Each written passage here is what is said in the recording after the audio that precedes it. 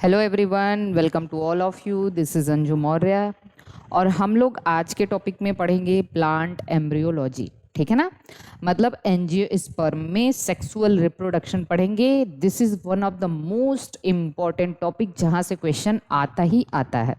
इसमें pollen grain से female reproductive organ, male reproductive organ, ठीक है, और इसके अलावा आपके ओव्यूल से क्वेश्चन पूछे जाते हैं, प्लेसेंटेशन से क्वेश्चन पूछे जाते हैं, ठीक है, पॉलिनेशन के टाइप से क्वेश्चन पूछे जाते हैं। तो we can say this is the most important topic. ठीक है, तो चलिए हम लोग शुरुआत करते हैं और इसको बहुत ध्यान से आप लोग समझिएगा। थोड़ा सा लंबा टॉपिक है, एक से मतलब कम से कम 2 या 3 लेक्चर भी लग सकते हैं, लेकिन कंप्लीट मैं कराऊंगी, पूरा का पूरा एकदम कंप्लीट। ठीक है, तो चलिए देखिए, sexual reproduction in flowering plant हम लोग पढ़ रहे हैं और यहाँ पे जो है सबसे पहले हम डिस्कस करेंगे रिप्रोडक्शन में कि जो लाइफ साइकिल ऑफ एंजियोस्पर्म होता है वो कैसा है। That is the haplontic type, मतलब डिप्लॉइड और हैप्लॉइड स्टेज दोनों होता है। तो मैंने ऑलरेडी आप लोगों को एक चीज़ बताया हुआ है कि जैसे जैसे हम एल्गी से, इस बात को समझना, एल्गी से जैसे जैसे हम एंजियोस्पर्म तक जाते हैं, ठीक है, एल्गी से एंजियोस्पर्म तक जाते हैं, तो जो गैमेटोफाइट है, गैमेटोफाइट मतलब हैप्लॉइड स्टेज, गैमेटोफाइट छोटा होता जाता है और स्पोरोफाइट बढ़ता जाता है। स्पोरोफाइट का मतलब डिप्लॉइड स्टेज क्या है, बढ़ता जाता है इनके लाइफ में, और गैमेटोफाइट मतलब हैप्लॉइड स्टेज। तो हम कह सकते हैं कि सबसे छोटा गैमेटोफाइट किस में होगा, एंजियोस्पर्म में होगा। सबसे बड़ा गैमेटोफाइट किस में होगा, एल्गी में होगा। सबसे छोटा स्पोरोफाइट किस में होगा, एल्गी में होगा। और सबसे बड़ा स्पोरोफाइट किस में होगा, एंजियोस्पर्म में होगा। ये पॉइंट आप बहुत अच्छे से समझिएगा। ठीक है, अब देखिए यहाँ पे जो हम लोग पढ़ेंगे, तो लाइफ साइकिल मैंने स्टार्टिंग में आपको बताया भी था कि एल्गी, ठीक है, एल्गी, फंजाई, ठीक है, इनकी लाइफ साइकिल कैसी होती है, हैप्लॉन्टिक टाइप। कैसी होती है, हैप्लॉन्टिक, मतलब कंप्लीट हैप्लॉइड स्टेज इनकी लाइफ साइकिल में होता है। डिप्लॉइड स्टेज एक छोटा सा डिप्लॉइड स्टेज होता है, that is restricted to zygote. केवल जाइगोट 2n होता है, बाकी सब हैप्लॉइड होते हैं। उसके बाद अगर हम ब्रायोफाइटा और टेरिडोफाइटा की बात करें, ठीक है, ब्रायोफाइटा और टेरिडोफाइटा की बात करें, तो इसको हम लोग कहते हैं हैप्लोडिप्लॉन्टिक टाइप। क्या कहते हैं, हैप्लोडिप्लॉन्टिक टाइप। ठीक है, और फिर अगर हम एंजियोस्पर्म और जिम्नोस्पर्म की बात करें, तो वो होता है डिप्लॉन्टिक टाइप। क्या होता है, डिप्लॉन्टिक टाइप। लेकिन यहाँ पे डिप्लॉन्टिक का मतलब यहाँ पे जो प्लांट बॉडी है 2n होता है, और डिप्लॉइड स्टेज जो है ना यहाँ पे क्या होता है, डोमिनेंट होता है। हैप्लॉइड स्टेज कैसा होता है, रिड्यूस्ड होता है। तो यहाँ पे बस समझने के लिए आपको लिखा गया है हैप्लोडिप्लॉन्टिक लिखा गया है, लेकिन एक्चुअली में ये होता है डिप्लॉन्टिक। हैप्लॉइड स्टेज जो है, डिप्लॉइड स्टेज इसका क्या होता है, डोमिनेंट होता है, इंडिपेंडेंट होता है, जिसको स्पोरोफाइट कहेंगे। और हैप्लॉइड स्टेज बहुत रिड्यूस होता है, जिसको गैमेटोफाइट कहते हैं। और गैमेटोफाइट टोटली डिपेंड होता है किस पे, स्पोरोफाइट पे। ठीक है, टोटली डिपेंड होता है किस पे, स्पोरोफाइट पे। अब चलिए टाइप ऑफ रिप्रोडक्शन इसमें देख लेते हैं। देखिए यहाँ पे रिप्रोडक्शन ऊगैमस टाइप होता है। ऊगैमस मैंने ऑलरेडी आपको बता रखा है कि ऊगैमस का मतलब क्या होता है, जो फीमेल गैमीट होती है वो लार्जर होती है और स्टैटिक होती है। स्टैटिक का मतलब नॉन मोटाइल। कैसी होती है, नॉन मोटाइल होती है, जबकि जो मेल गैमीट होता है स्मॉलर होता है और मोटाइल होता है। कैसा होता है, मोटाइल। तो फीमेल गैमेट जो है वो लार्जर है और मेल गैमेट क्या होता है, स्मॉलर होता है। इसको हम लोग कहते हैं ऊगैमस टाइप। पॉलिनेशन यहाँ पे सिफोनोगैमस टाइप होता है। पॉलिनेशन याद रखना, पॉलिनेशन सिफोनोगैमस का मतलब क्या है, यहाँ पे पॉलन ट्यूब की हेल्प से पॉलिनेशन होता है, पॉलन ट्यूब की हेल्प से। तो देखिए जब हम लोग पढ़ भी रहे थे एल्गी ब्रायोफाइटा, तो वहाँ पे हमने एल्गी ब्रायोफाइटा और टेरिडोफाइटा में पॉलिनेशन जूइडोगैमस बताया था। जूइडोगैमस का मतलब होता है with the help of water. ठीक है, और यहाँ पे क्या होता है, यहाँ पे सिफोनोगैमस होता है जिम्नोस्पर्म और एंजियोस्पर्म में with the help of pollen tube. अगर पॉलन ट्यूब की हेल्प से पॉलिनेशन हो रहा है तो इसको हम सिफोनोगैमस कहते हैं। अब देखिए सारे ये इंपॉर्टेंट पॉइंट मैंने लिखा हुआ है, इसको एकदम ध्यान समझना। एंजियोस्पर्म में type of fertilization double fertilization होता है, इसका कैरेक्टरिस्टिक फीचर है। एंजियोस्पर्म में फर्टिलाइजेशन डबल फर्टिलाइजेशन होता है, मतलब 2 बार फर्टिलाइजेशन होता है, क्योंकि 2 मेल गैमीट बनते हैं। एक पोलन ग्रेन में 2 मेल गैमीट होते हैं, आगे हम लोग डिस्कस करेंगे इसको। तो 2 मेल गैमीट होता है, एक मेल गैमीट तो फीमेल गैमीट से फर्टिलाइजेशन करता है, जिसको तब जाइगोट बनता है, और एक मेल गैमीट जो है प्राइमरी एंडोस्पर्म न्यूक्लियस से फर्टिलाइजेशन करता है, तो एंडोस्पर्म बनता है। ठीक है, वो 3n होता है। तो 2 बार फर्टिलाइजेशन होता है, इसलिए इसको हम कहते हैं double fertilization. Alternation of generation heteromorphic type होता है। फर्स्ट सेल ऑफ स्पोरोफाइट, ये सब पॉइंट बहुत इंपॉर्टेंट है। स्पोरोफाइट का सबसे पहला सेल होता है जाइगोट। ठीक है, लास्ट सेल ऑफ स्पोरोफाइट का लास्ट सेल क्या होता है? जाइगोट मतलब 2n, स्पोरोफाइट मतलब 2n। पोलन मदर सेल या microspore mother cell, PMC, pollen mother cell या माइक्रोस्पोर मदर सेल कहेंगे। और फीमेल में, ये मेल में होता है, फीमेल में मेगा स्पोर मदर सेल जो है वो स्पोरोफाइट का लास्ट सेल होता है। फर्स्ट सेल ऑफ गैमेटोफाइट क्या है? मेल में माइक्रोस्पोर या पोलन ग्रेन है, और फीमेल में मेगा स्पोर। देखो गैमेटोफाइट मतलब n, पहली बार n क्या बनता है मेल में? पोलन ग्रेन बनता है। पहली बार n क्या बनता है फीमेल में? मेगा स्पोर बनता है। तो ये चीज भी आपको याद रखना है। ठीक है, उसके बाद देखिए जरा, यहाँ पे दिया है लास्ट सेल ऑफ गैमेटोफाइट, मतलब लास्ट n क्या बनेगा? उसके बाद 2n बनेगा। ठीक है, लास्ट सेल ऑफ गैमेटोफाइट क्या है? मेल में मेल गैमीट है और फीमेल में फीमेल गैमीट है, मतलब ओवम। ठीक है, देखिए कुछ पॉइंट यहाँ पे लिखे गए हैं, यहाँ से क्वेश्चन पूछा जा सकता है। ओव्यूल को मेगा स्पोरेंजियम कहते हैं, स्टेमेन को माइक्रोस्पोरोफिल कहते हैं, पोलन सैक को माइक्रोस्पोरेंजियम कहते हैं, एम्ब्रियो सैक को फीमेल गैमेटोफाइट कहते हैं। Mother cell of male gametophyte microspore होता है, मतलब जो माइक्रोस्पोर होता है वही आगे चल के मेल गैमेटोफाइट बनाता है। ठीक है, मेल गैमेटोफाइट बनाता है। तो याद रखना, जो माइक्रोस्पोर है इसको हम कहेंगे this is the mother cell of male gametophyte. ठीक है, pollen grain with pollen tube male gametophyte कहलाता है, ये याद रखना है। ठीक है, mother cell of female gamete, female gamete का मेल गैमीट का मदर सेल कौन है? मेल गैमीट का मदर सेल होता है जनरेटिव सेल। ये अभी हम लोग समझेंगे, सारी चीजें आपको समझ में आएंगी। मदर सेल ऑफ एंडोस्पर्म मतलब 3n। सेंट्रल सेल जो होती है एंडोस्पर्म को बनाती है, ये आगे हम लोग देखेंगे। अब हम लोग रिप्रोडक्टिव ऑर्गन पढ़ने जा रहे हैं, मेल का रिप्रोडक्टिव ऑर्गन, फीमेल का रिप्रोडक्टिव ऑर्गन। तो इसको एक एक करके आप लोग समझिएगा। देखिए रिप्रोडक्टिव ऑर्गन, हम मेल रिप्रोडक्टिव ऑर्गन पढ़ेंगे, सबसे मेल रिप्रोडक्टिव सिस्टम पढ़ेंगे प्लांट का। तो याद रखना, यहाँ पे एक चीज एकदम अच्छे से समझना, 2 टर्म होता है, ये पूछा भी जा चुका है टीजीटी में। एक होता है यू स्पोरेंजिएट और दूसरा होता है लेप्टो स्पोरेंजिएट। अगर जो मेल गैमीट है या मेल गैमेटोफाइट का डेवलपमेंट किसी एक सेल से होता है तो इसको हम कहते हैं लेप्टो स्पोरेंजिएट, ओनली 1 सेल से। ठीक है, ओनली 1 सेल से होता है तो इसको हम कहते हैं लेप्टो स्पोरेंजिएट। और ढेर सारे ग्रुप ऑफ सेल से होता है तो इसको हम कहते हैं यू स्पोरेंजिएट। ठीक है, क्या कहते हैं? यू स्पोरेंजिएट कहते हैं। इसको भी अच्छे से समझना है। अब देखिए यहाँ पे क्या दिया हुआ है, जैसे मान लीजिए कोई मेरिस्टेमेटिक सेल है। ठीक है, यहाँ पे क्या है? मेरिस्टेमेटिक सेल है, ये डिवाइड करती हैं और देखिए आर्की स्पोरियल सेल बनता है। क्या बनता है? Archesporial cell. और आर्की स्पोरियल सेल डिवाइड करके 2 तरीके की सेल बनाती हैं।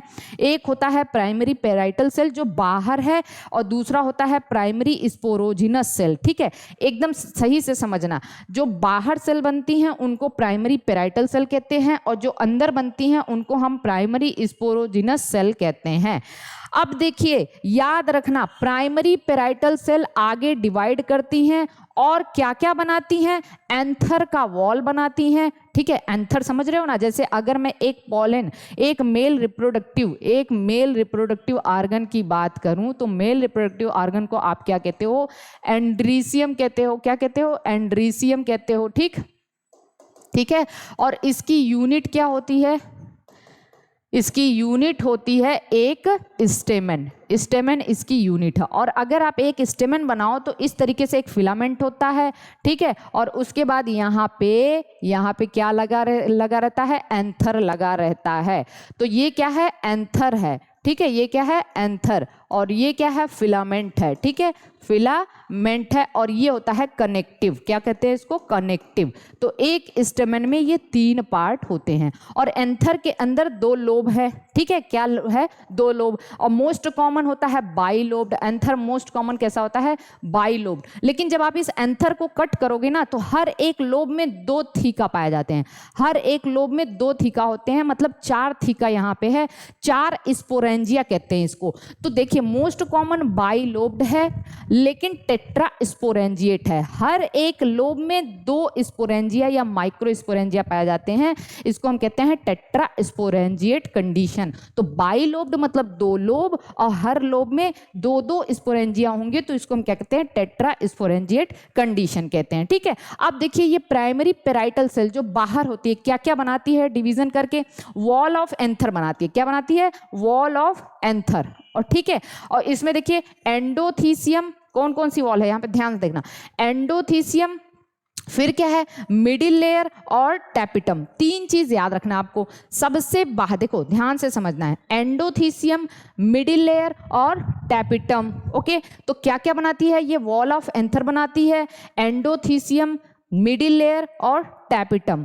अब इसको देखते हैं, इसको एक एक पहले देख लेते हैं, ठीक है। अब देखिए यहाँ पे ध्यान देना, एंडोथीसियम एक फाइब्रस लेयर होती है, क्या होती है, फाइब्रस लेयर होती है, इसको यहाँ समझना। एंडोथीसियम क्या है, एक फाइब्रस लेयर होती है और इस फाइब्रस लेयर में बैंड ऑफ अल्फा सेलुलोज पाया जाता है, ये भी क्वेश्चन पूछा जा चुका है। इस फाइब्रस लेयर में क्या पाया जाता है, बैंड ऑफ अल्फा सेलुलोज, जो एंथर के डेहिसेंस में इंपॉर्टेंट रोल प्ले करता है, ठीक है।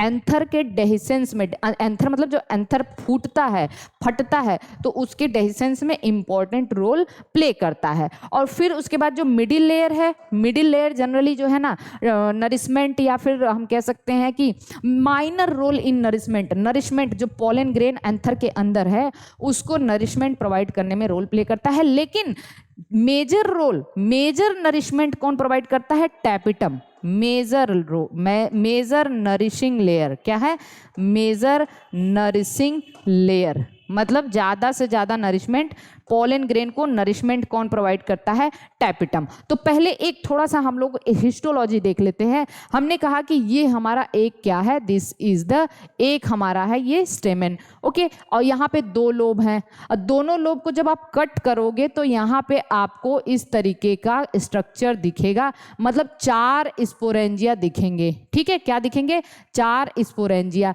जिसको हम कहते हैं टेट्रा स्पोरेंजिएट कंडीशन। और क्योंकि ये मेल का है तो इसको हम माइक्रो स्पोरेंजिया कहते हैं, क्या कहते हैं, माइक्रो स्पोरेंजिया। तो कितने माइक्रो स्पोरेंजिया हैं, 4 माइक्रो स्पोरेंजियम है, माइक्रो स्पोरेंजियम, 2 लोब हैं, ठीक है। और इसको हम माइक्रो स्पोरेंजिया को पोलन सैक भी कहते हैं, क्या कहते हैं, पोलन सैक, क्योंकि इसी के अंदर पोलन ग्रेन भरे होते हैं, क्या भरे होते हैं, पोलन ग्रेन भरे होते हैं। तो देखिए जब आप हमने कहा कि सबसे बाहरी लेयर क्या है, वॉल ऑफ एंथर में एपिडर्मिस, एंडोथीसियम, ठीक है, फिर मिडिल लेयर, और सबसे अंदर की लेयर कौन सी होती है, टैपिटम। और टैपिटम क्या प्रोवाइड करती है, इसको नरिशमेंट प्रोवाइड करती है। इतनी बात समझ में आ गई है। चलिए देखिए ये तो हो गया हमारा, ये हो गया हमारा, ध्यान से देखिएगा, प्राइमरी पेराइटल सेल डिवाइड करी, ठीक है, प्राइमरी पेराइटल सेल जो बाहर है वो डिवाइड करी, तो ये सारी चीजें एंथर की वॉल बनी।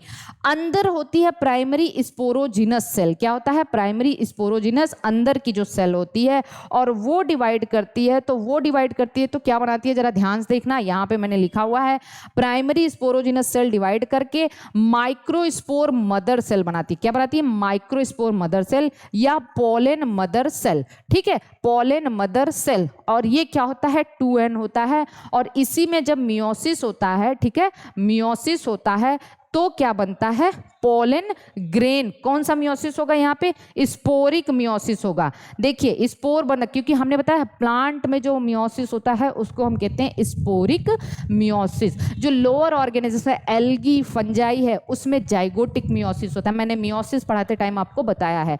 प्लांट में स्पोरिक मियोसिस, हम लोगों में गैमेटिक मियोसिस। एनिमल में क्या होता है, गैमेटिक मियोसिस। प्लांट में क्या होता है, स्पोरिक मियोसिस। और लोअर ऑर्गेनिज्म एल्गी, फंजाई में क्या होता है, जाइगोटिक मियोसिस, क्योंकि वहां पे जाइगोट में मियोसिस होता है। ठीक है, तो देखिए अब जो पोलन मदर सेल है उसी के डिवीजन से क्या बनता है यहाँ पे, माइक्रोस्पोर या पोलन ग्रेन। अभी मैं आगे बताऊंगी माइक्रोस्पोर और पोलन ग्रेन में क्या अंतर है। तो इतनी चीज आपको समझ में आ जानी चाहिए कि दो तरीके की सेल है, प्राइमरी पैराइटल सेल और primary sporogenous cell. Primary parietal cell wall of anther बनाते हैं, जिसमें हमने आपको बताया एंडोथीसियम है, मिडिल लेयर है, टैपिटम है, ये सारी चीजें हैं। और जो प्राइमरी स्पोरोजिनस सेल है वो पोलन मदर सेल बनाती है या फिर माइक्रोस्पोर मदर सेल। और उसी एक माइक्रोस्पोर मदर सेल से 4 माइक्रोस्पोर्स बनेंगे, क्योंकि एक माइक्रोस्पोर मदर सेल है, ये माइक्रोस्पोर मदर सेल या पोलन मदर सेल, ये 2n है, तो ये डिवाइड करेगी तो एक बार 2 सेल बनेगा और फिर एक बार क्या बनेगा, 4 सेल बनेगा। तो ये 4 पोलन ग्रेन बन गए या 4 माइक्रोस्पोर बन गए, तो ये n हो गया। ठीक है, यहां तक बात समझ में आ गई है। अब हम जरा मेल रिप्रोडक्टिव ऑर्गन को समझते हैं। मेल रिप्रोडक्टिव ऑर्गन को क्या कहते हैं, हम लोग कहते हैं एंड्रीसियम। क्या कहते हैं, एंड्रीसियम कहते हैं। ध्यान से देखना, इसको हम लोग एंड्रीसियम कहते हैं। और यहाँ पे इसकी यूनिट क्या होती है, स्टेमेन होती है। अभी मैंने एक स्टेमेन का स्ट्रक्चर बनाया था। स्टेमेन में 2 पार्ट हैं, एंथर है और फिलामेंट है। ठीक है, स्टेमेन को माइक्रोस्पोरोफिल भी कहते हैं। क्या कहते हैं, माइक्रोस्पोरोफिल। जबकि कार्पेल को, क्योंकि जो फीमेल रिप्रोडक्टिव ऑर्गन है, फीमेल रिप्रोडक्टिव ऑर्गन, इसको भी ध्यान समझ लेना, इसको क्या कहते हो आप, गाइनीसियम कहते हो, गाइनीसियम। और गाइनीसियम की यूनिट क्या है, इसकी यूनिट होती है कार्पल या पिस्टिल। कार्पल कह लेते हो या फिर आप पिस्टिल कहते हो। और एक पिस्टिल का स्ट्रक्चर आप देखते हो इस तरीके से है, एक कार्पल का स्ट्रक्चर इस तरीके से होता है, जिसमें 3 पार्ट होते हैं। सबसे ऊपर वाला पार्ट क्या होता है, स्टिग्मा, जिसपे पोलन ग्रेन लैंड करता है। बीच वाला पार्ट क्या होता है, स्टाइल। और सबसे लोअर जो सोलन पार्ट है वो क्या होता है, ओवरी। और इसकी जो ये कार्पल या इस पिस्टिल को हम लोग मेगा स्पोरोफिल भी कह सकते हैं। क्या कह सकते हैं, मेगा स्पोरोफिल भी कह सकते हैं। थोड़ा सा डिस्टरबेंस तो मैं ये लगातार लगा रह रहा है, मैं इसके लिए बहुत सॉरी फील कर रही हूँ, लेकिन सारी चीज़ें जो है ना जल्दी सही हो जाएंगी।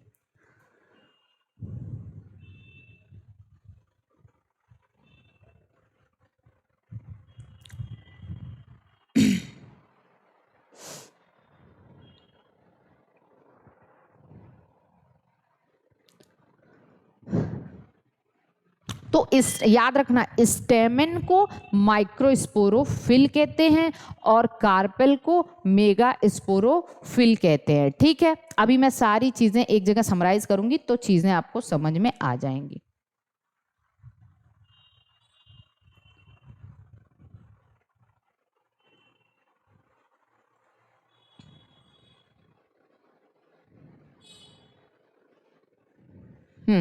इसको देखिए, हम लोग यहीं पे थे, हमने क्या कहा, स्टेमेन को हम लोग क्या कहते हैं, माइक्रोस्पोरोफिल कहते हैं। क्या कहते हैं, माइक्रोस्पोरोफिल कहते हैं। और कार्पेल को मेगा स्पोरोफिल कहेंगे। एंथर देखिए, स्टेमेन में 2 पार्ट है, एक एंथर एक फिलामेंट।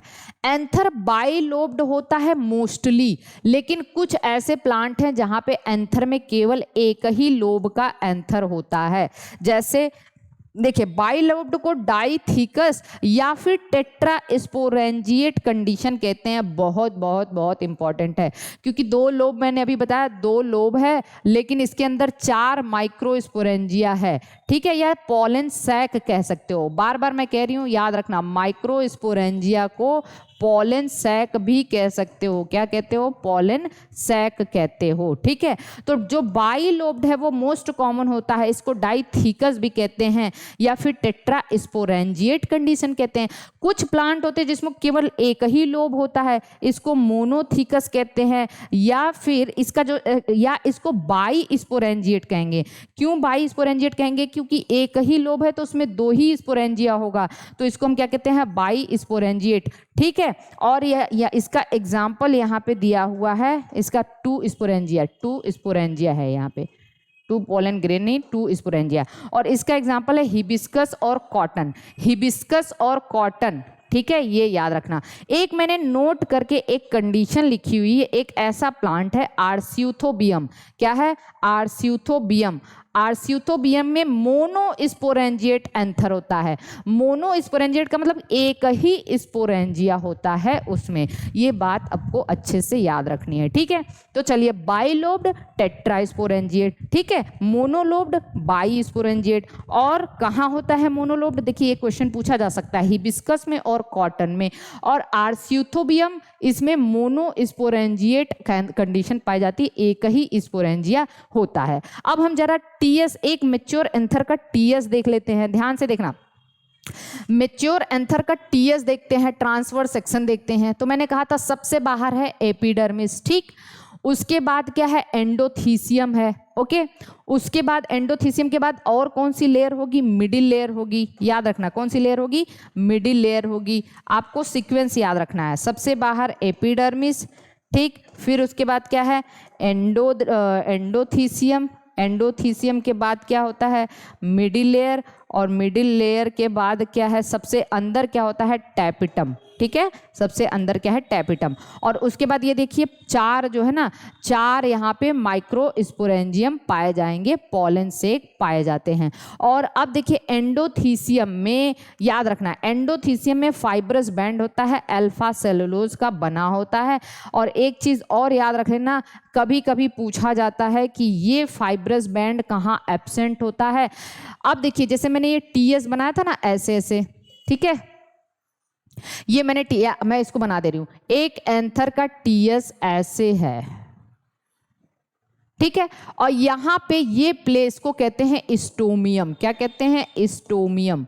ये थोड़ा सा डिप्रेशन जैसा होता है, डिप्रेशन। और यही वो प्लेस है जहां से एंथर बर्स्ट होता है। जब एंथर मैच्योर हो जाता है, पॉलन ग्रेन को बाहर निकलना होता है, तो यही प्लेस है जहां से एंथर क्या होता है? बर्स्ट होता है। तो इसको हम कहते हैं स्टोमियम। और स्टोमियम की जगह पे ये एंडोथीसियम या फाइब्रस बैंड एब्सेंट होता है। क्या होता है? फाइब्रस बैंड एब्सेंट होता है। अब यहाँ पे देखो, एंडोथीसियम जो होता है help in dehiscence of mature anther, fibrous band alpha cellulose present. ठीक है ना, यहाँ पे क्या होता है? अल्फा सेलुलोज का फाइब्रस बैंड प्रेजेंट होता है, क्योंकि उसको बर्स्ट होना होता है, तो वो उसमें ये फाइबर जो है ना हेल्प करते हैं। और एक और चीज याद रख लेना, ये जो बैंड है यहाँ पे लिखा हुआ band absent in cleistogamous flower. Cleistogamous जानते हो? जो फ्लावर कभी ओपन नहीं होते, the flower which never opens, उसको हम कहते हैं क्लिस्टोगैमस फ्लावर। मैंने ये बात आपको बताई है। क्लिस्टोगैमी किसको फेवर करता है? सेल्फ पॉलिनेशन को फेवर करता है। तो क्लिस्टोगैमस फ्लावर जो कभी ओपन नहीं होते, तो उनमें वहाँ पे ये फाइब्रस बैंड एब्सेंट होता है, क्योंकि वो ओपन ही नहीं होते हैं। अंदर ही अंदर पोलन ग्रेन रिलीज होना है, फर्टिलाइजेशन अंदर ही होना है, पॉलिनेशन अंदर ही होना है फ्लावर के, तो वहां पे फाइब्रस बैंड एब्सेंट होता है। तो फाइब्रस बैंड कहाँ कहाँ एब्सेंट होता है? स्टोमियम वाला प्लेस पे। और किस फ्लावर में एब्सेंट होता है? क्लिस्टोगैमस फ्लावर में एब्सेंट होता है। ठीक, और फिर आते हैं हम मिडिल लेयर पे। ठीक है, अब हम आ जाते हैं मिडिल लेयर। जो नेक्स्ट लेयर क्या है? मिडिल लेयर है। मिडिल लेयर का काम हमने आपको बताया कि नरिशमेंट प्रोवाइड तो करता है, लेकिन माइनर। ये सिंगल लेयर भी हो सकता है, मोस्ट कॉमन है, लेकिन may be multiple layer. Middle layer कई लेयर हो सकती है, जैसे निकोटियाना में मिडिल लेयर कई लेयर की बनी होती है। ये बात आपको याद रखना। और सबसे इनर मोस्ट लेयर टैपिटम होता है। सबसे इनर मोस्ट लेयर देखिए यहाँ पे लिखा हुआ है टैपिटम। तो सबसे इनर मोस्ट लेयर क्या है? टैपिटम है। ठीक है, इनर मोस्ट है, और ये मेजर नरिशिंग लेयर होता है। दो तरीके का टैपिटम होता है, एक सेक्रेटरी और दूसरा होता है अमीबॉइड टैपिटम। तो क्योंकि देखिए हम लोग क्रैश कोर्स कर रहे हैं ना, तो ये बहुत चीज़ें बहुत ज़्यादा, ये है तो पूरा का पूरा सिलेबस, पूरा का पूरा जो टॉपिक है आपके इस चैप्टर का वो मैंने लिया हुआ है, लेकिन आपको यहाँ पे जो है ना बहुत ज़्यादा चीज़ें मैं नहीं बता पाऊंगी अभी। तो देखिए वैसे मैं कोशिश कर रही हूँ कि जो भी चीज़ें यहाँ पे लिखी हैं वो तो कम से कम बता ही दूँ।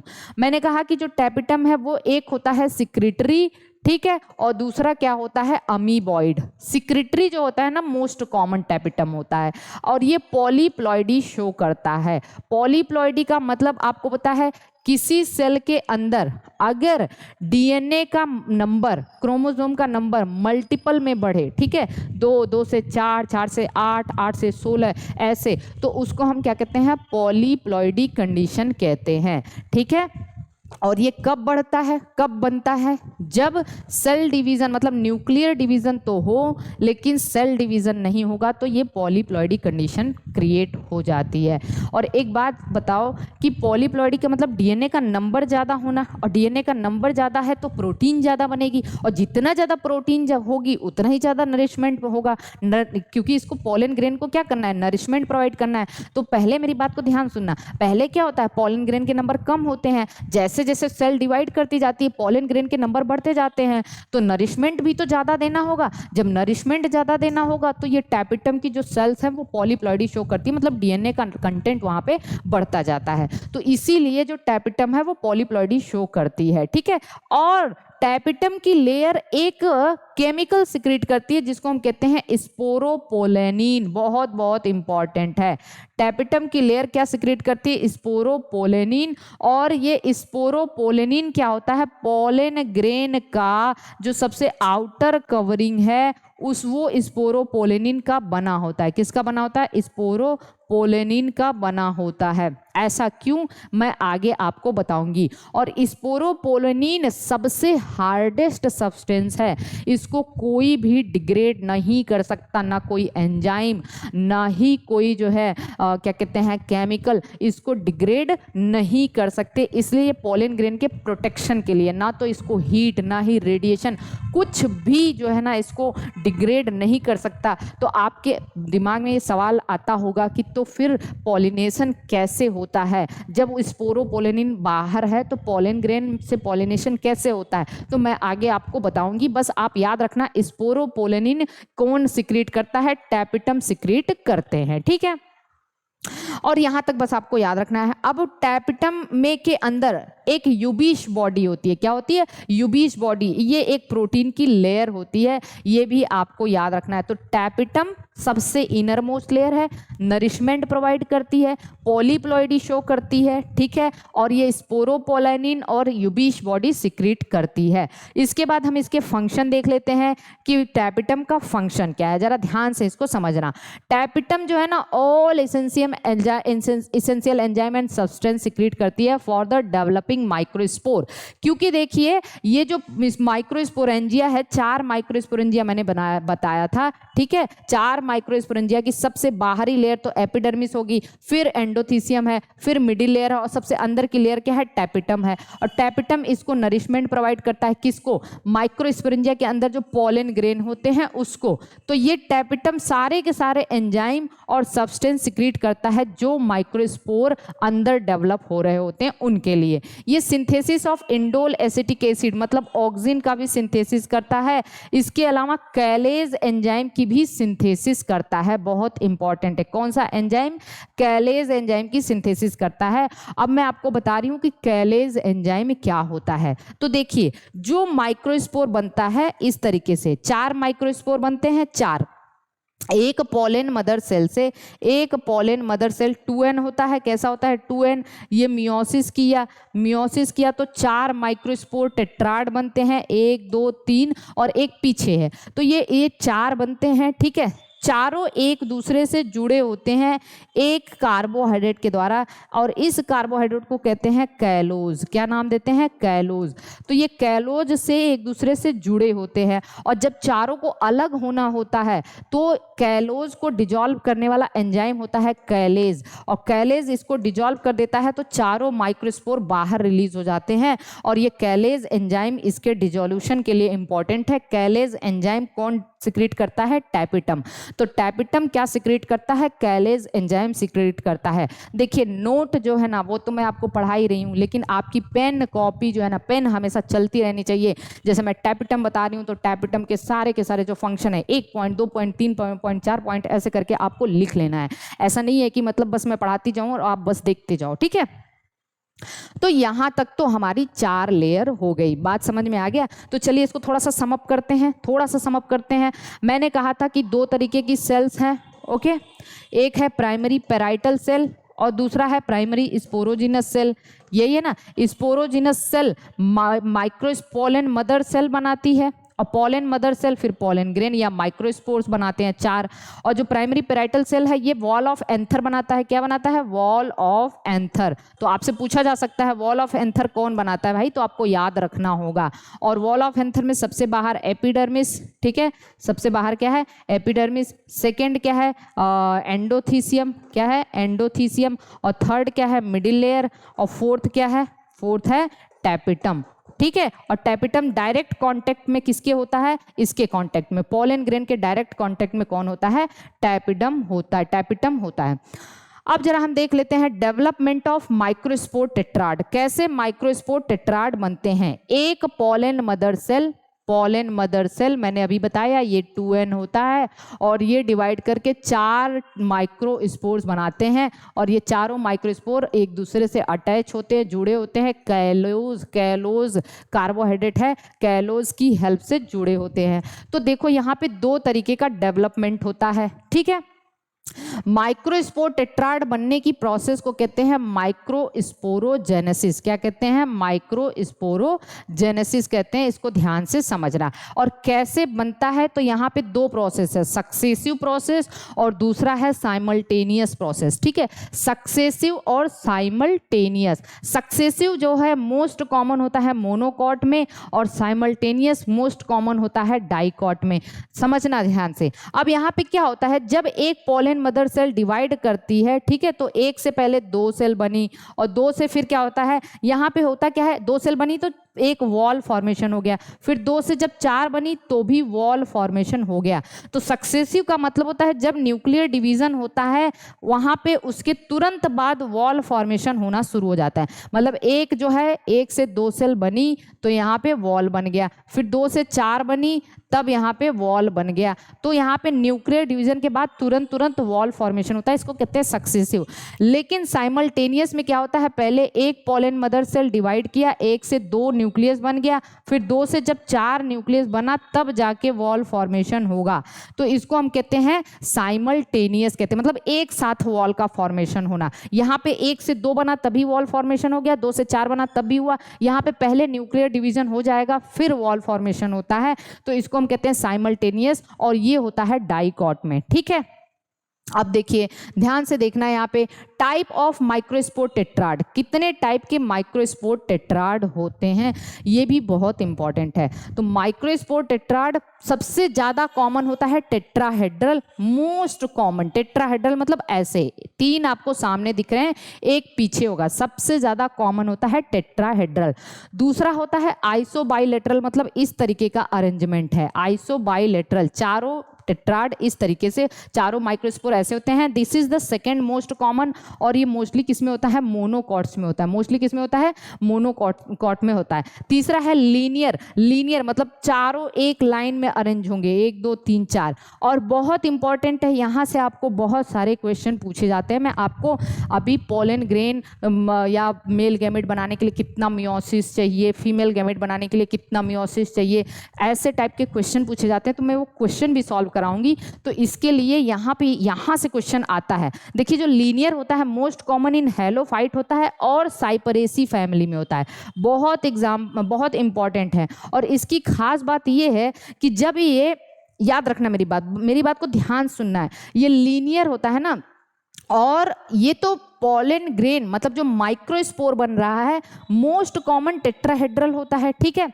और यहाँ पे कई टाइप मैंने बताए हैं, लेकिन जब भी मेगा स्पोर बनते हैं ना, मेगा स्पोर मदर सेल से फीमेल वाले में, तो वहाँ पे लीनियर अरेंजमेंट ज़्यादा कॉमन होता है। कौन सा अरेंजमेंट? लीनियर। जो मेगा स्पोर बनते हैं 4 मेगा स्पोर, तो उसमें लीनियर अरेंजमेंट ज़्यादा कॉमन होता है। और 3 जो है ना डिजनरेट हो जाते हैं, केवल एक ही मेगा स्पोर सर्वाइव करता है। तो जो ये बात आपको मेगा स्पोर के लिए याद रखना है। तो मेगा स्पोर, जो मेगा स्पोरोजेनेसिस में मेगा स्पोर का जो मोस्ट कॉमन अरेंजमेंट क्या है, वो लीनियर होता है। लेकिन वैसा ही अरेंजमेंट यहाँ पे माइक्रोस्पोर में भी होता है, साइपरेसी फैमिली में, और उसमें भी 3 माइक्रोस्पोर डिजनरेट हो जाते हैं, केवल एक माइक्रोस्पोर सर्वाइव करता है, केवल एक माइक्रोस्पोर सर्वाइव करता है। ये बात आपको याद रखनी है। यहाँ से ये पॉइंट मैं अभी बता रही हूँ कि आप याद रखेंगे तभी क्वेश्चन सॉल्व कर पाएंगे। और चौथे टाइप का होता है डेकासेट। कौन होता है? T shape. ऐसे देखो टी शेप में होता है, टी शेप में माइक्रोस्पोर होते हैं। और 5वां है डेकासेट। क्या होता है? डेकासेट। इस तरीके से अरेंजमेंट, और ये मैग्नोलिया वगैरह में होता है। तो इतनी बात आपको याद रखना। एक क्वेश्चन यहाँ पे लिखा हुआ है, नोट करके। एरिस्टोलोकिया एक प्लांट है जिसमें एरिस्टोलोकिया एलिगेंस, इसमें सारे टाइप के माइक्रोस्पोर टेट्राड अरेंजमेंट पाया जाता है। मतलब जो अभी मैंने 5 बताया, 5 टाइप का अरेंजमेंट इसमें पाया जाता है। अकेला एक एरिस्टोलोकिया एलिगेंस में ये 5 टाइप का टेट्राड अरेंजमेंट होता है। दूसरा लिखा है, इन mega spore linear arrangement is most common. अभी मैंने बताया मेगा स्पोर जब बनता है तो लीनियर अरेंजमेंट मोर कॉमन होता है, जिसमें 3 जो है डिजनरेट हो जाता है, एक केवल सर्वाइव करता है। इन साइपरेसी फैमिली, देखो Cyperaceae family arrangement is linear where 3 microspore degenerate हो जाते हैं, केवल एक ही फंक्शनल रहता है। तो ये भी आपको याद रखना है। अब चलिए देखिए, कुछ बहुत पॉइंट यहाँ से क्वेश्चन बहुत सारे पूछे जा सकते हैं। इन कैलाट्रोपिस, कैलाट्रोपिस किस फैमिली का है? एस्क्लिपिडिएसी। ठीक है, कौन सी फैमिली मैं यहाँ पे लिख दे रही हूँ? एस्क्लिपिडिएसी, एस्क्लिपिडिएसी। ठीक है, कैलाट्रोपिस में क्या होता है? और कैलाट्रोपिस और आर्किड में, कैलाट्रोपिस और आर्किड में all the pollen grains of 1 anther lobe packed in a body like structure या bag like structure called as pollinium. क्या होता है? ये देखिए क्वेश्चन बहुत इंपॉर्टेंट है भाई, यहाँ से अगर आप समझेंगे नहीं ना तो ये मिस कर जाएंगे। क्वेश्चन पोलेनियम वाला पूछा जाता है। कैलाट्रोपिस और आर्किड में क्या होता है? एक एंथर लोब के सारे पोलन ग्रेन एक बैग में पैक होते हैं। तो दोनों एंथर लोब के 2 एंथर लोब होता है, तो 2 बैग हो गए। तो देखिए इस स्ट्रक्चर को हम क्या कहते हैं? पोलेनियम कहते हैं। देखो यहाँ पे 2 बैग लाइक स्ट्रक्चर बना है, एक एंथर लोब का एक बैग में पूरा पोलन ग्रेन और दूसरे का एक बैग में। इस बैग को पोलेनियम कहते हैं। दोनों एक दूसरे से एक कनेक्टिव के द्वारा जुड़े होते हैं, जिसको कार्पस्कल कहते हैं। ये पोलेनियम हो गया, ये पोलेनियम हो गया, और इसको पोलन ट्रांसलेटर कहते हैं। क्या कहते हैं? पोलन ट्रांसलेटर कहते हैं। इंपॉर्टेंट है। एक टर्म है कंपाउंड पोलन ग्रेन, ये भी इंपॉर्टेंट है। कंपाउंड पोलन ग्रेन का मतलब होता है कुछ प्लांट हैं, जैसे देखिए टाइफा है, ड्रोसेरा है, जंकस है। Typha, Drosera, Juncus, Jatropha, Annona, all the microspore remain united in form of tetrad. वहां पे सारे के सारे माइक्रोस्पोर ऐसे टेट्राड के फॉर्म में ही यूनाइटेड रहते हैं। इसको कहते हैं कंपाउंड पोलन ग्रेन कहते हैं। ठीक, एक टर्म है पॉलीस्पोरी। ठीक है, इसको भी जरा ध्यान समझ लीजिए।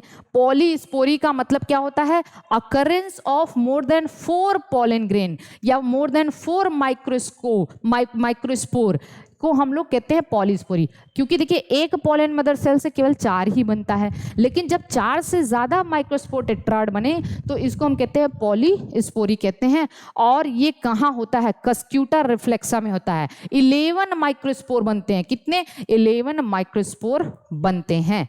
यहाँ तक चीज़ समझ में आ चुकी है आपको? कोई परेशानी, कोई दिक्कत? ये सब पॉइंट, पोलेनियम हो गया, साइपरेसी फैमिली में कैसा है, most common arrangement of microspore tetrad पूछा जाता है। तो ये सब बात आपको याद होनी। मैं जो पूछने जा रही हूँ फटाफट आप बताना। बताइए पोलन सैक को और क्या कहते हैं?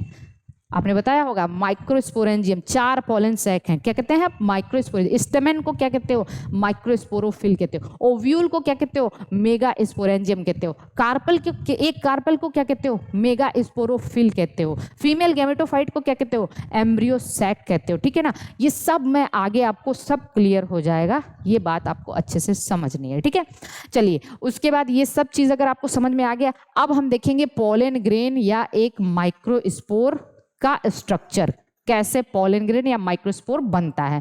तो mother cell of male gamete, यही पोलन, एक माइक्रोस्पोर आगे चल के क्या बनाता है मेल गैमेटोफाइट बनाता है। क्या बनाता है मेल गैमेटोफाइट बनाता है। तो पोलन ग्रेन या माइक्रोस्पोर जो है वो मेल गैमेटोफाइट की मदर सेल है, और this is the first cell of male gametophyte. ये मेल गैमेटोफाइट की पहली सेल होती है, याद रख लेना। ठीक, चलिए अब यहां पे देखते हैं दिस इज कवर्ड बाय, अगर मैं एक पोलन ग्रेन को देखूं, एक पोलन ग्रेन का हम स्ट्रक्चर देखें तो देखो एक pollen grain covered by 2 layer, 2 layer से कवर होती है, एक आउटर लेयर और एक इनर लेयर। तो देखिए एक पोलन ग्रेन है, आउटर लेयर हो गया, एक इनर लेयर हो गया। आउटर लेयर को एक्साइन कहते हैं, इनर लेयर को इंटाइन कहते हैं। पहले बात को समझिएगा, आउटर लेयर को एक्साइन कहते हैं, तो मैं यहाँ पे लिखते जा रही हूँ, इसको क्या कहते हैं एक्साइन, और इनर लेयर को क्या कहते हैं इंटाइन कहते हैं।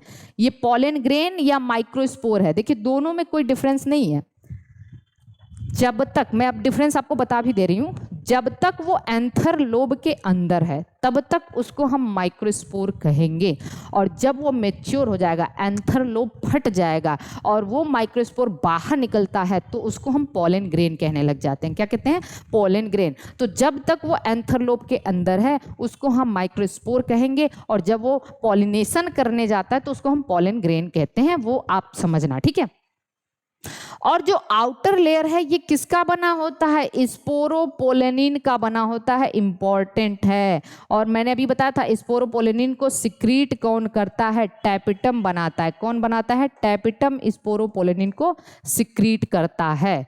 और जो इनर लेयर है वो पेक्टिन और सेलुलोज की बनी होती है। क्या बनी होती है पेक्टिन और सेलुलोज की बनी होती है। अब जरा यहाँ पे ध्यान से देखना, जो आउटर लेयर है किसका बना है, मैं इसको थोड़ा सा बड़ा बना रही हूँ। आउटर लेयर जो है ना किसका बना है स्पोरोपोलेनिन का बना है। किसका बना है स्पोरोपोलेनिन का। और आउटर लेयर में दो तीन जगह जो है ना पोर पाए जाते हैं। क्या पाए जाते हैं पोर पाए जाते हैं, इसको कहते हैं जर्म पोर। यहाँ पे छोटे छोटे पोर पाए जाते हैं जिसको क्या कहते हैं जर्म पोर। तो जर्म पोर जहाँ पे है वहाँ पे स्पोरोपोलेनिन एब्सेंट होता है। देखिए यही तो दिक्कत होती है, अगर ये बोर्ड वाला होता ना,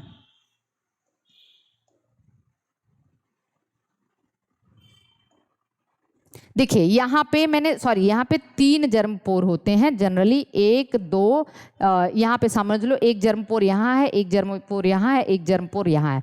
तो आउटर लेयर में जगह जगह पे छोटे छोटे छिद्र होते हैं, जिसको हम क्या कहते हैं जर्म पोर कहते हैं। अभी मैं बताऊंगी कि जर्म पोर कहाँ कितना होता है। और इस जगह पे स्पोरोपोलेनिन एब्सेंट होता है। क्या होता है स्पोरोपोलेनिन एब्सेंट होता है। और फिर जब जब पोलन का जर्मिनेशन होता है, स्टिग्मा के ऊपर पोलन ग्रेन गया, स्टिग्मा के ऊपर लैंड करता है, तो वहां से पोलन ट्यूब निकलता है ना, पोलन ग्रेन से पोलन ट्यूब निकलता है। तो pollen tube is the extension of intine. किसका एक्सटेंशन होता है इंटाइन का एक्सटेंशन होता है पोलन ट्यूब जो होता है इंटाइन का एक्सटेंशन होता है, और वो वहीं से निकलता है, कहाँ से जर्म पोल से निकलता है। तो पोलन ट्यूब किसका एक्सटेंशन है इंटाइन, अंदर वाली जो लेयर है उसका एक्सटेंशन होता है पोलन ट्यूब। और वो कहाँ से निकलता है जहाँ पे जर्मपोर है, जो छेद है वही पोलन ट्यूब को निकलने की जगह देता है, और जर्मपोर पे स्पोरोपोलेनिन एब्सेंट होते हैं। ये बात आपको समझना। तो देखिए ये इनर लेयर किसकी बनी है पेक्टिन और सेलुलोज की बनी है, modified into pollen tube during pollination के दौरान यही पोलन ट्यूब बना लेती है। ठीक है, चलिए देखिए उसके बाद क्या है, प्लेस वेयर एक्साइन एब्सेंट। उसको हम कहते हैं जर्मपोर। अभी बताया जर्मपोर जनरली एक हो सकता है, 3 हो सकता है।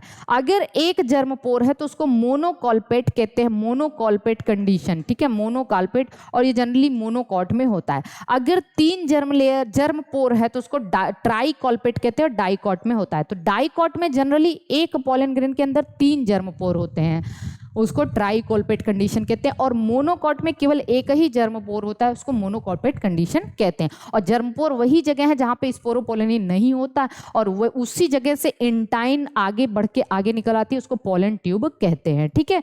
तो चलिए अब एक और चीज है, यहाँ पे ध्यान से देखिएगा, sporopollenin absent in pollen grain of Zostera. Sporopollenin कहाँ एब्सेंट होता है? जोस्टेरा, मेराइन ग्रास है जोस्टेरा, ठीक है। जोस्टेरा के पोलन ग्रेन में स्पोरोपोलिन एब्सेंट होता है। अब इस बात को शायद आप अच्छे से समझ चुके होंगे, ठीक है। अब चलिए देखिए germination of pollen grain, pollen grain का जर्मिनेशन कैसे होता है। तो हमें ये बात मेल वाला पूरा अच्छे से समझ में आ गया कि एक एंथर लोब है, उसके मतलब एक जो है स्टेमेन उसकी यूनिट है, उसके अंदर 2 एंथर लोब हैं, ठीक है, और दोनों एंथर लोब के अंदर 2-2 माइक्रोस्पोरेंजिया है, 4 माइक्रोस्पोरेंजिया पोलन सेक के अंदर पोलन ग्रेन भरे हुए हैं या माइक्रोस्पोर भरे हुए हैं, और वही माइक्रोस्पोर आगे चल के जर्मिनेट होता है। पोलन ट्यूब वगैरह, एक पोलन ग्रेन का स्ट्रक्चर मैंने आपको बताया, ठीक है, ये बात आपको समझ में आ चुकी है। अब चलिए देखिए एक चीज आप हमेशा याद रखना, जो स्पोरोपोलिन है that is the hardest substance, उसको कोई भी एंजाइम या कोई भी हम कह सकते हैं कि केमिकल या हीट या रेडिएशन उसको डिजॉल्व नहीं कर सकता, इसलिए पोलन ग्रेन का फॉसिलाइजेशन भी हो सकता है, इसको पैलिनोफॉसिल कहते हैं, मैं आगे आपको बताऊंगी। अब देखिए अब ये पोलन ग्रेन जर्मिनेट कैसे होता है, तो इसको देखिए पोलन ग्रेन ही आगे चल के मेल गैमेटोफाइट बनाता है। पोलन ग्रेन आगे चल के क्या बनाता है? एक मेल गैमेटोफाइट। देखिए यहाँ पे एक पोलन ग्रेन है, ये क्या है? पोलन ग्रेन है। इसका न्यूक्लियस पहले 2 न्यूक्लियस में डिवाइड हो जाता है, तो फिर आगे चल के ये अनइक्वल डिवीजन होता है। अनइक्वल डिवीजन का मतलब एक बड़ी सेल बनती है और एक छोटी सेल बनती है, बहुत इंपॉर्टेंट है। जो बड़ी सेल है इसको वेजिटेटिव सेल या ट्यूब सेल कहते हैं। क्या कहते हैं? वेजिटेटिव सेल या ट्यूब सेल कहते हैं, और इसके न्यूक्लियस को ट्यूब न्यूक्लियस कहते हैं। और जो छोटी सेल है इसको जनरेटिव सेल कहते हैं। क्या कहते हैं? Generative cell. और दोनों एक दूसरे से सेपरेट होते हैं कैलोज के द्वारा। किसके द्वारा? कैलोज के द्वारा, ठीक है। अब यहाँ पे बहुत अच्छे से समझना, अब अगला डिवीजन केवल जनरेटिव सेल का होता है, और जनरेटिव सेल जो है ना डिवाइड करके, देखो एक तो ये स्टेज हो गया जिसमें एक जनरेटिव सेल है, आप ऐसे समझ लो, एक वेजिटेटिव सेल है, एक जनरेटिव सेल है, तो 2 सेल हो गई है ना। और छोटी सेल, अब दूसरी बार क्या होता है कि केवल जनरेटिव सेल डिवाइड करती है, तो एक वेजिटेटिव सेल हो गया, और जनरेटिव सेल डिवाइड करके 2 मेल गैमीट बनाती है। क्या बनाती है? 2 मेल गैमीट। तो मेल गैमीट किसने बनाया? जनरेटिव सेल ने बनाया। तो याद रखना एक पोलन ग्रेन के अंदर 2 मेल गैमीट होते हैं, और मेल गैमीट कौन बनाता है? मैं बार बार कह रही हूँ, जनरेटिव सेल। तो हमने अभी अभी आपको बताया था कि मेल गैमीट का मदर सेल कौन है? जनरेटिव सेल है। कौन है? Generative cell. तो इस तरीके से जो मेल गैमेटोफाइट है, अब यहां पे ध्यान देना, मेल गैमेटोफाइट क्या है भाई? Pollen grain with 2 male gamete, 2 male gamete वाला पोलन ग्रेन और एक ट्यूब न्यूक्लियस, ठीक है। ये एक वेजिटेटिव सेल और 2 मेल गैमीट वाला पोलन ग्रेन। अब इसको हम कहते हैं मेल गैमेटोफाइट। क्या कहते हैं? Male gametophyte. मतलब एक वेजिटेटिव सेल है या ट्यूब सेल है, वेजिटेटिव सेल या वेजिटेटिव न्यूक्लियस इसका हो गया, और 2 मेल गैमीट, मतलब इसको हम क्या कहते हैं? Male gametophyte. तो मेल गैमेटोफाइट को किसने बनाया? पोलन ग्रेन ने बनाया। और मेल गैमेटोफाइट कितनी सेल्ड स्टेज है? 3 सेल्ड स्टेज है। कितनी सेल्ड स्टेज है? 3 सेल्ड एंड 3 न्यूक्लिएट स्टेज है। 3 सेल्ड एंड 3 न्यूक्लिएट स्टेज है, याद रखना। जबकि जब हम फीमेल गैमेटोफाइट पढ़ाएंगे तो 7 सेल्ड और 8 न्यूक्लिएट स्टेज होगा। Female gametophyte 7 sailed 8 nucleate stage होता है, जबकि male gametophyte 3 sailed 3 nucleate stage होता है। यहाँ तक बात समझ में आ गई है आपको? तो चलिए अब हम जरा इसको आगे लेके चलते हैं। तो एक पोलन ग्रेन डिवाइड करता है, 2 तरीके का सेल बनाता है, एक बड़ी सेल वेजिटेटिव सेल और छोटी सेल जनरेटिव सेल। फिर ये तो एक स्टेज हो गया, 2 सेल्ड स्टेज है, ये टू सेल्ड स्टेज है। फिर अगली बार जनरेटिव सेल डिवाइड करती है तो जनरेटिव सेल 2 मेल गैमेट बनाती है, तो ये 3 सेल्ड स्टेज हो गया। तो 2 स्टेज है यहाँ पे, एक 2 सेल्ड स्टेज है और एक 3 सेल्ड स्टेज है। इसी को हम मेल गैमेटोफाइट कहते हैं। अब देखिए पॉलिनेशन किस स्टेज में होता है। पॉलिनेशन का मतलब अभी तक पॉलन ग्रेन जो है ना अंदर ही था। किसके अंदर था? एंथर के अंदर था। अब वो जब एंथर के बाहर निकलेगा तो वो जाएगा स्टिग्मा के ऊपर। पॉलिनेशन तो स्टिग्मा के ऊपर ही ना होगा, तो स्टिग्मा के ऊपर जाने के बाद, मेरी बात को एकदम ध्यान से सुनना, 2 तरीके के यहाँ पे पॉलिनेशन स्टेज होते हैं। पहला 2 सेल्ड स्टेज में ही पॉलिनेशन हो जाए और दूसरा 3 सेल्ड स्टेज में पॉलिनेशन हो। 2 सेल्ड स्टेज वाला मतलब एक वेजिटेटिव सेल और एक जनरेटिव सेल, और 3 सेल्ड स्टेज मतलब एक वेजिटेटिव सेल और 2 मेल गैमेट। अब देखिए यहाँ पे पॉलिनेशन स्टेज क्या होता है, 60% एंजियोस्पर्म में पॉलिनेशन 2 सेल्ड स्टेज में होता है। मतलब पॉलन ग्रेन 2 ही सेल्ड वाली स्टेज में जाके स्टिग्मा पे बैठ जाता है। यहाँ पे 2 सेल्ड स्टेज वाला, एक वेजिटेटिव एक जनरेटिव सेल। और 40% एंजियोस्पर्म में पॉलिनेशन 3 सेल्ड स्टेज में होता है। मतलब जो पॉलन ग्रेन स्टिग्मा पे गया तो एक वेजिटेटिव और 2 मेल गैमेट के साथ गया, तो 2 सेल्ड और 3 सेल्ड स्टेज में। तो मेजॉरिटी ऑफ, आपसे पूछता है मेजॉरिटी ऑफ एंजियोस्पर्म में पॉलिनेशन किस स्टेज में होता है, तो 2 सेल्ड स्टेज में होता है। और 40% स्टेज में pollination 3 celled stage, 1 tube cell मतलब वेजिटेटिव सेल और 2 मेल गैमेट। और यहाँ पे 1 ट्यूब सेल मतलब वेजिटेटिव सेल और 1 जनरेटिव सेल वाली स्टेज में होता है। तो ये बात आपको अच्छे से पता होनी चाहिए। तो ये है पॉलिनेशन स्टेज। ठीक है, अब चलिए आगे देखते हैं इसको। Process of germination of pollen grain. अब जो पॉलन ग्रेन स्टिग्मा पे आया तो क्या हुआ, इसको भी जरा ध्यान से देख लेते हैं। पॉलन ग्रेन कहाँ आया? स्टिग्मा पे आ चुका है। ठीक है, इसको हम कहते हैं पॉलिनेशन। तो देखिए जब पॉलन ग्रेन स्टिग्मा पे आया तो स्टिग्मा का स्ट्रक्चर, मैंने एक फीमेल रिप्रोडक्टिव ऑर्गन का स्ट्रक्चर बताया है। अब देखो यहाँ पे एक क्या है, ये स्टिग्मा है। ठीक है, और ये बीच वाला क्या होता है? स्टाइल होता है। यहाँ पे कुछ सेल्स भरे होते हैं। ठीक है, इस तरीके से सेल्स भरे होते हैं। और ये जो अंदर वाला है उसको हम कहते हैं ओवरी। और ओवरी में यहाँ पे क्या है? प्लेसेंटा है। और प्लेसेंटा से क्या निकला रहता है? ओव्यूल निकला रहता है। प्लेसेंटा से क्या निकला रहता है? ओव्यूल। ठीक है, अब जरा ध्यान से देखना, प्लेसेंटा से क्या निकला रहता है? ओव्यूल। अब ये ओव्यूल जो है ना कुछ केमिकल सिक्रेट करता है। क्या सिक्रेट करता है? केमिकल। और वो केमिकल जनरली मैलिक एसिड होता है। क्या होता है? Malic acid. जब ये पॉलन ग्रेन यहाँ आके लैंड करता है, बात को ध्यान समझना, एकदम अच्छे से कहानी जैसे समझना, तो क्या होता है? स्टिग्मा, पॉलन ग्रेन लैंड कहाँ करता है? Stigma. Stigma provide platform for the landing of pollen grain. Pollen grain जब उस पर लैंड करता है, चाहे वो सेम प्लांट का हो चाहे वो डिफरेंट प्लांट का हो, लेकिन स्पीसीज सेम होनी चाहिए ना, तो वो तो हम आगे पढ़ेंगे। आप ऑटोगेमी और एलोगेमी क्या है ये हमने एक लेक्चर आपको बताया भी है, तो मैं इसके बारे में अभी आपको बता दूं। जब ये स्टिग्मा पे लैंड करते, जैसे आपके घर में कोई पहले आया तो आप उसको पानी वानी पूछते हो, तो क्या होता है जैसे ही पॉलन ग्रेन उस पर लैंड करता है तो स्टिग्मा उसको वाटर और नरिशमेंट प्रोवाइड करता है, थोड़ा सा उसको जो है ना वाटर प्रोवाइड करता है, जिससे पॉलन ग्रेन वहाँ से वाटर एब्जॉर्ब करके थोड़ा सा स्वेल होता है। और जब स्वेल होगा तो अंदर का प्रेशर बढ़ेगा, और जब अंदर प्रेशर बढ़ेगा तो क्या होगा? जो अंदर वाली लेयर है इंटाइन, वहां से पॉलन ट्यूब बाहर निकल आएगा। पॉलन ट्यूब बाहर आएगा, हमने कहा था इंटाइन का एक्सटेंशन होता है पॉलन ट्यूब। जब पॉलन ट्यूब बाहर आता है, और पॉलन ट्यूब बाहर कहां से आएगा? जर्मपोर से। जर्मपोर कहां है? एक्जाइन वाली लेयर में, जहां स्पोरोपोलेनिन नहीं है।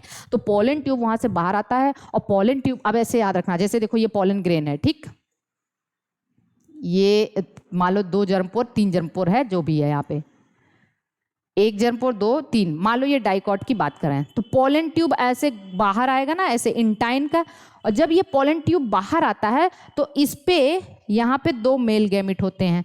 या तो ये कंडीशन हो सकता है पहले से 2 मेल गैमेट हो, या फिर जनरेटिव सेल डिवाइड करके 2 मेल गैमेट बना सकता है। 2 मेल गैमेट है इसके टिप पे। और जब पॉलन ट्यूब, और इसको देखो ये ट्यूब न्यूक्लियस ना धीरे धीरे, और सबसे पहले क्या होता है मैं आपको बता दूं, सबसे किनारे पे होता है ट्यूब न्यूक्लियस। ट्यूब न्यूक्लियस, और ट्यूब न्यूक्लियस उस केमिकल को सेंस करता हुआ अंदर आता है। किस केमिकल को? Malic acid. और जितना अंदर आता जाएगा ट्यूब न्यूक्लियस, पहले ट्यूब न्यूक्लियस होता है ट्यूब सेल, और 2 पीछे दो जो होते हैं, दो मेल गैमेट होते हैं। इसको लेते हुए ट्यूब न्यूक्लियस इस केमिकल को सेंस करता हुआ आगे आता है।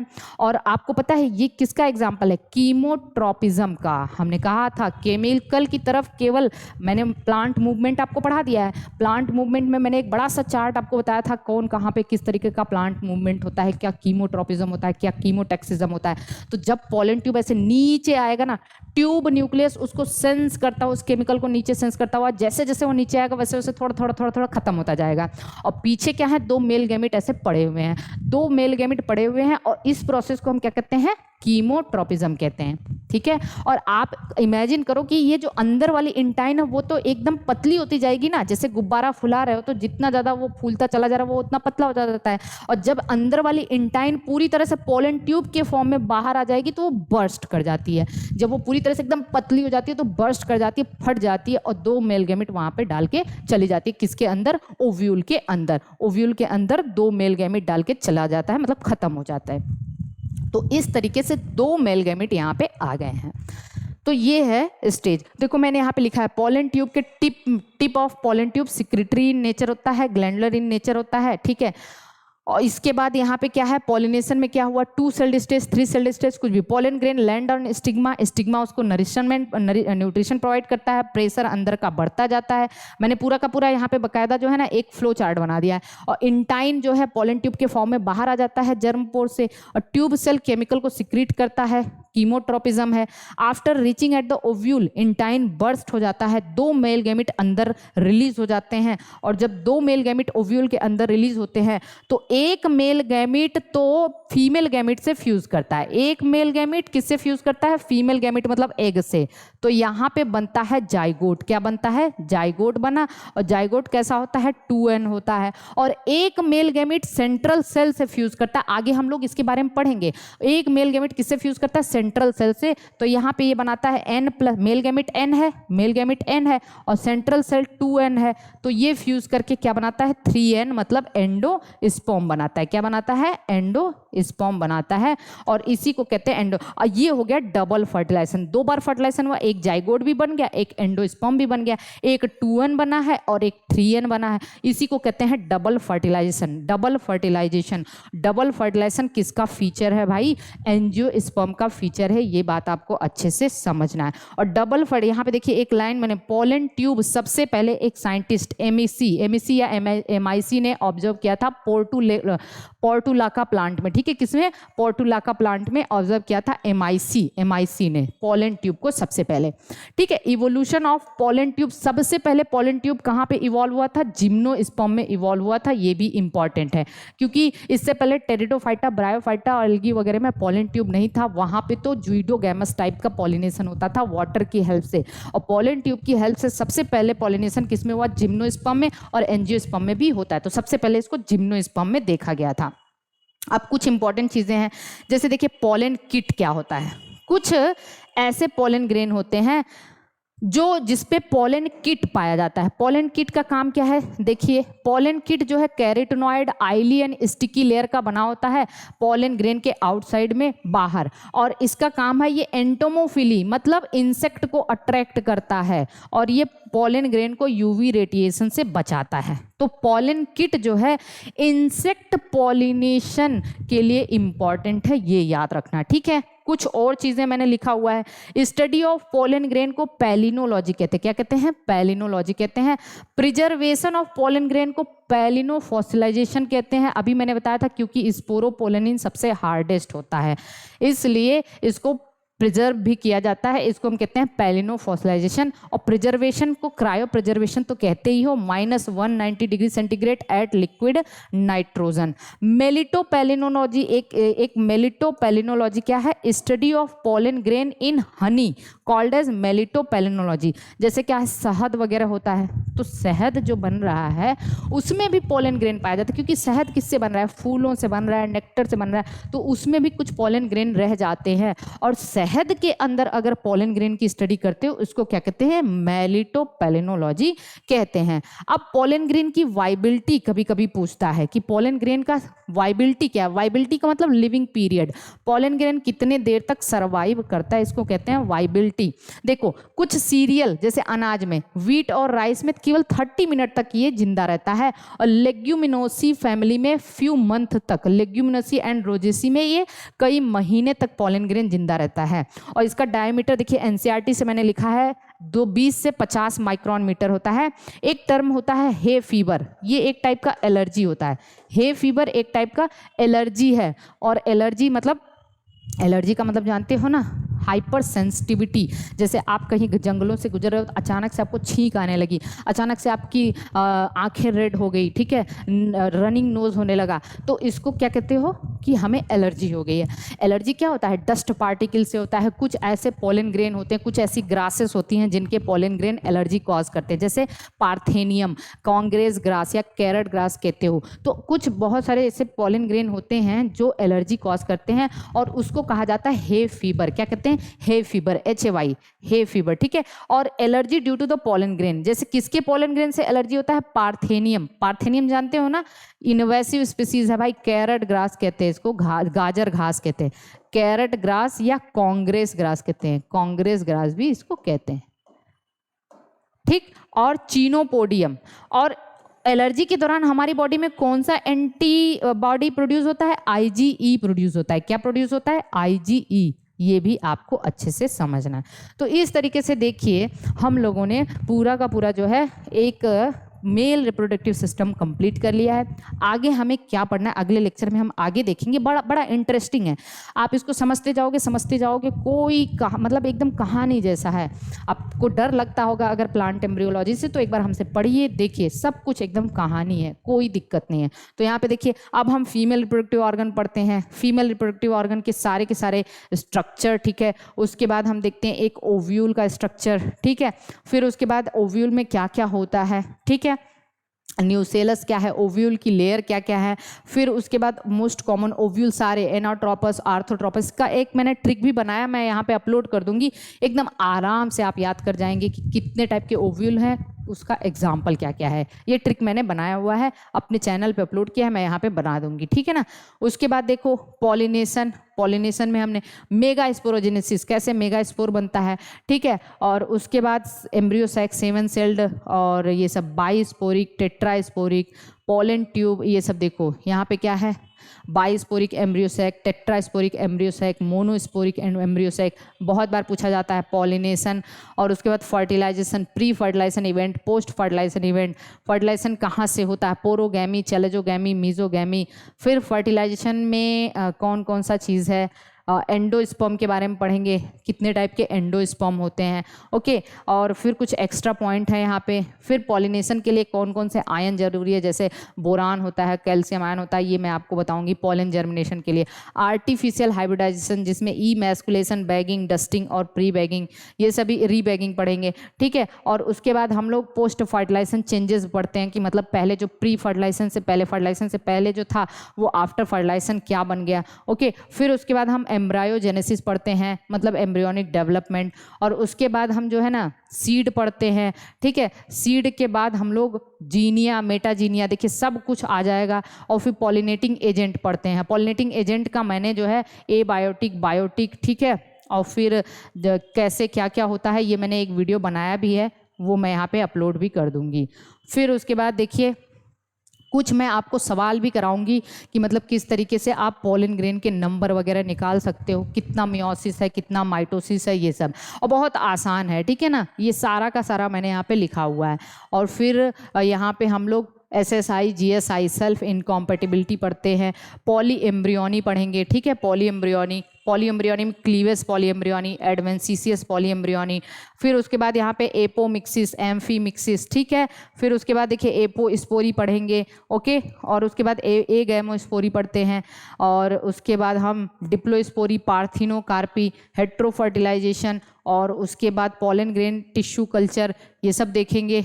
ये सब जो है ना, पोमोलॉजी क्या है, how to check the viability of seed, डरिएगा नहीं मतलब देख के डर नहीं जाइएगा कि, और आपको तो पता ही हम लोगों ने इतने लंबे लंबे चैप्टर कवर कर डाले, इकोलॉजी 4 लेक्चर लगा, लेकिन पूरा इकोलॉजी अगर आप एक बार पढ़ लेंगे तो कोई क्वेश्चन मिस नहीं होगा। हम लोगों ने इवोल्यूशन कर डाला पूरा का पूरा, हमने बहुत सारे टॉपिक खत्म कर दिए हैं, ठीक है। एनिमल किंगडम का मैंने एक लेक्चर, नॉन कॉर्डेटा मैंने बता दिया है, कॉर्डेटा का लेक्चर मुझे अपलोड करना है, बस मेरी फाइल नहीं मिल रही है, थोड़ा सा वेट करिएगा, मैं उसको भी करा दूंगी। तो हमने बहुत सारे, हम लोग को तो लगता है कि हम 50%, हमारा बायोटेक्नोलॉजी का भी नोट प्रिपेयर हो चुका है। बायोटेक्नोलॉजी में मैं आपको एक लेक्चर में कवर कराऊंगी, 1.5 घंटे लग जाएंगे, लेकिन मैं एक लेक्चर में बायोटेक्नोलॉजी कवर करा दूंगी, ठीक है ना। उसके बाद बचा क्या, केवल प्लांट मार्फोलॉजी बचा, फैमिलीज बची, ठीक है। उसके बाद एनिमल फिजियोलॉजी बची, प्लांट फिजियोलॉजी तो पूरा हो ही चुका है, सेल डिवीजन हो ही चुका है, सेल हो ही चुका है, ठीक है। इसके बाद हम लोग पूरा का पूरा जो है ना हार्मोन वगैरह ये सब, तो केवल एनिमल फिजियोलॉजी बचा, ठीक है। और एम्ब्रियोलॉजी बचा, मतलब पूरा का पूरा एनिमल का डेवलपमेंट, चिक का, फ्रॉक का, इन सब का डेवलपमेंट बचा हुआ है। और उसके बाद हम लोगों में एनिमल टिश्यू बचा हुआ है, और क्या बचा है, टैक्सोनॉमी, मार्फोलॉजी, बस यही 3-4 चैप्टर बचे हुए हैं। जेनेटिक्स बचा हुआ है, तो सब करा दूंगी मैं, ठीक है। जेनेटिक्स बचा हुआ है, तो इस तरीके से जो है ना, देखो एंटोमोफिली और ये सब। और हाँ, यहाँ पे हम लोगों को पॉलिनेशन किसके किसके द्वारा होता है ये सब पढ़ते जाना, आपको तो बस देखना है, पढ़ना है, समझना है। और उसके बाद फ्रूट बड़ा इंपॉर्टेंट है, फ्रूट के बारे में भी हम लोग यहाँ पे देखेंगे। और आई थिंक यही जो है ना फ्रूट का है जो खत्म हो जाएगा। तो इस तरीके से जो है ये चैप्टर पूरा खत्म हो जाएगा। 2 लेक्चर और लगेंगे। एक लेक्चर में हमने पूरा मेल रिप्रोडक्टिव सिस्टम खत्म कर दिया है, दूसरे लेक्चर में फीमेल रिप्रोडक्टिव सिस्टम, उसके आगे की चीज़ें पढ़ेंगे। तो 3 लेक्चर लगेंगे, लेकिन एक कंप्लीट और सॉलिड स्टडी हो जाएगी आपकी। तो पढ़ते रहिए, कोई प्रॉब्लम है बताइए, बाकी आप लोग एकदम टेंशन फ्री हो जाइए। आपके पास अभी हम लोगों ने इतने कम दिन में इतना सारा सिलेबस खत्म कर दिया है, तो अभी हमारे पास कम से कम 17-18 दिन बचे हुए हैं, 17 दिन बचे हुए हैं, तो हम बहुत ज़्यादा कर लेंगे। और लास्ट में हम लोग 2-3-4 पेपर भी सॉल्व कराएंगे। और देखिएगा आप, जैसे का प्रीवियस ईयर का पेपर उठा के देखिएगा, सारे क्वेश्चन सॉल्व कर जाओगे आप, सारे के सारे क्वेश्चन मेरी नोट से 100% क्वेश्चन आएंगे, ये मैं आपको गारंटी दे रही हूँ। जितना मैंने पढ़ा दिया है, ठीक है, वहां से भी आप अभी जैसी का पेपर उठा लीजिए या किसी भी चीज़ का पेपर उठा लीजिए, सारा आएगा, इतना मैं बता दे रही हूँ। चलिए, थैंक यू।